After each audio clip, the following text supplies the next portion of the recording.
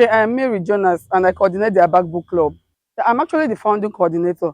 Yeah, the fact is that, yeah, we had other book clubs in every city, almost every city in Akwa Ibom State, and we did not have it in Abak, my home community. And so I approached the um, progenitor of the book club initiative in Akwa Ibom State, Dr. Demen Nana, and I insisted that we must have a book club in Abak. So yeah, that was how we came to be. So I'm actually the founding coordinator, yeah, of the Abak Book Club. New York, My Village is a beautiful initiative. It's a beautiful book, and I don't know if you've been privileged to read it. Now, this is a different perspective to the Biafran story. During a TED talk, Chimamanda Adichie said something about the dangers of a single story, and all this while we've listened to the Biafran story told by the Igbos. So I think this is actually the first time that an Akwa Ibom might a minority is telling that story the way it favors us. So today we are going to listen to another perspective of that story. So I'm so excited. It is a minority, but today we are going to confirm every question you need. We're going to answer you. Thank you. Meet me, Udeme Inoyang, the coordinator of Wicked Book Club. Okay, New York, my village is an insight into the war experience from the minority perspective, written by Uwe Makwan, a celebrated author from our own area. You know, is a fine author, and if anybody reads the book, you get to appreciate the depth, the insights, the finesse of the author. And then this story resonates with our experiences, our culture, and is told from our own perspective.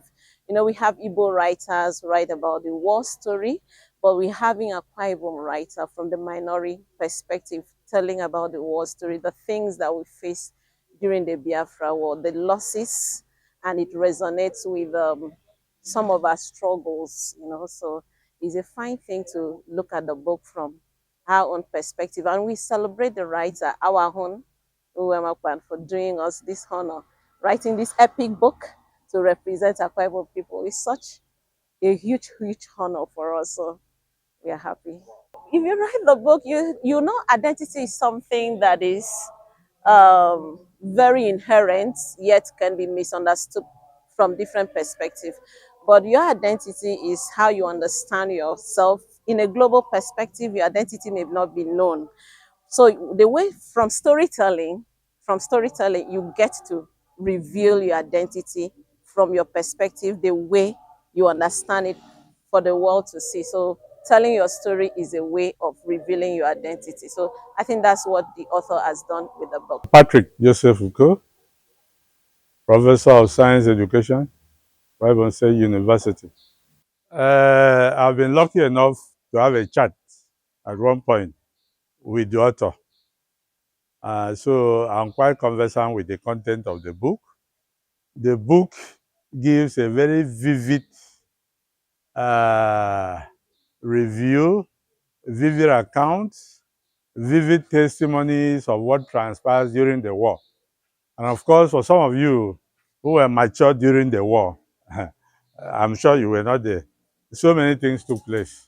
And so this book is able to give a very good account of all that transpired during the war so that for the upcoming generation will have a good mental picture of what happened then. There is something special about history. History makes people wise. You can't move into the future without knowing the past, and you might not understand the present. So this book will bring the future to a sharper focus, understanding what had transpired during the war.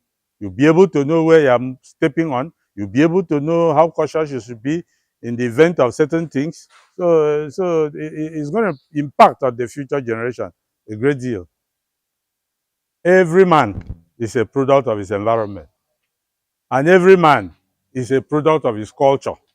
And so this book is trying to project the culture of the land.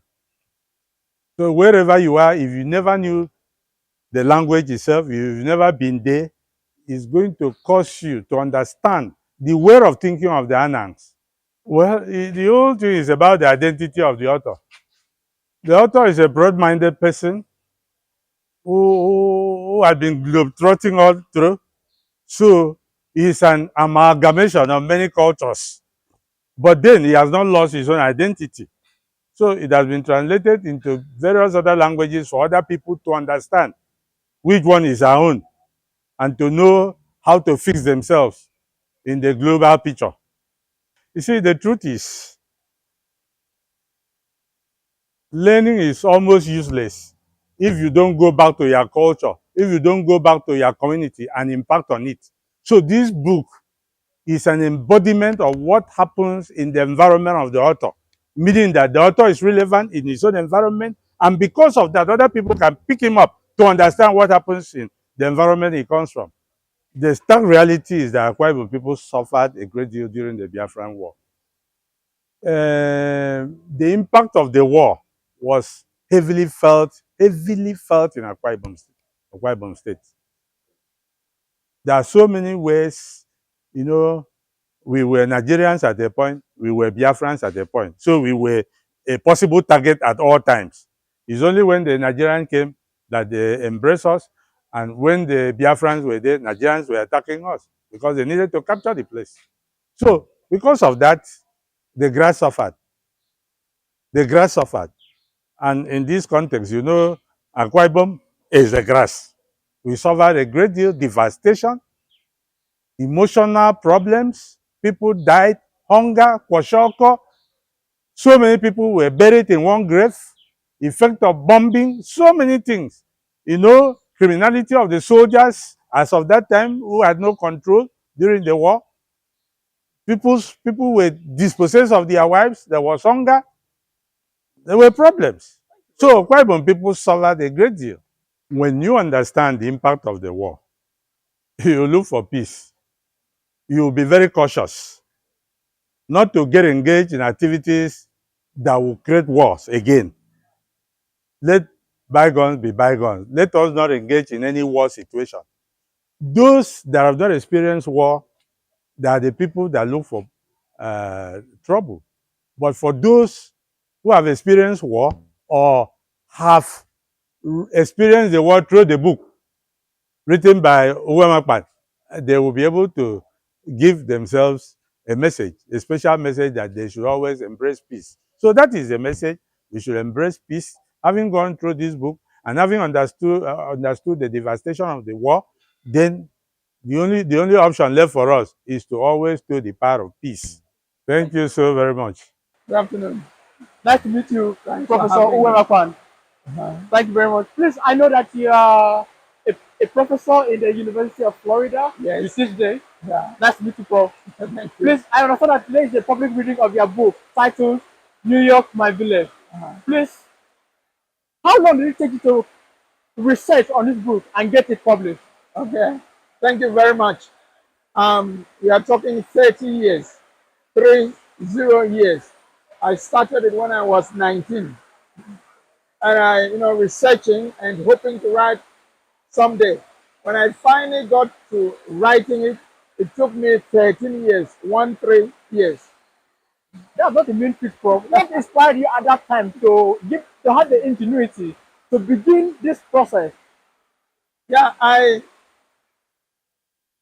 felt something had gone wrong and I wasn't getting the full gist of the war. My parents used to talk about it. So as I grew up, I started learning the different angles of the war, subplots and stories and anecdotes. So as I started living in different parts of Nigeria, I was researching and trying to put a picture together. Now, in which part of Nigeria have you lived in before? At least one or two, just that. Okay, I'm from Ikorok Canada in Orogonam. I've lived in Afahambong. I've lived in Ifo, in Ikorok Benin. From that, I've lived in Okun. I was a pioneer teacher at Uruabo, a secondary school, commercial secondary school in Ikorok Tasum, Ikorobong, Otoro. So I've lived there. I've lived in Benin City. I've lived in Ibadan. I've lived in Lagos. I've lived in Abuja. Wow. Thank you very much. That's within the country. Outside, I've lived in the US. I've lived in Kenya. I have lived in Zimbabwe. But I've visited a lot of places. Yeah. Thank you very much, Prof. And I sincerely appreciate your time. As well, I've been made to understand that you've met somebody that has been a pivotal personality to your current state in life. And I make mention of somebody by name Oprah Winfrey. Yeah. Please, what can you say about him? But hey, I was in Nigeria when she called me and said she loved my first book and would want to name it to her book club. So she named it. She sent CNN to my village, Dorokpaneda, to interview me and my parents. I was flown to New York City, where she, named the book to her book club. Then she flew me to Chicago to interview me. So it was, there's no one like Oprah. And for her to endorse my book meant the world to me. Thank you very much. I sincerely appreciate your time, Prof. Now, to your listening audience, this book speaks a lot about memories. It speaks a lot about President's life experiences. For example, the past, the present, and the future. What is your take-home word to your audience within Nigeria and outside? I'm very happy that your book club, their back book club, has hosted me. They listened. I'm very positive that what I said today hit a nerve in there, and they'll go out, learn more about the war, learn about literature, spread the word. The children I challenge today, give them 20 years from now, they'll be looking at what we did today from a very different perspective. It's good to sow the seeds, now. And I think they gave me a very powerful welcome. And this is my home book club, the closest one to my village. So you saw me get emotional in there. I'm that kind of I'm that kind of person. So I'm very thankful to God that there is the Abak book club. It means a lot to me. Thank you very much. I sincerely appreciate your time, sir. As we are wrapping up immediately, please, do you have anybody in mind apart from Oprah Winfrey that you want to say thank you to? Do you have anybody in mind? Anybody that has assisted you? Anybody you want to reach out to? The whole world.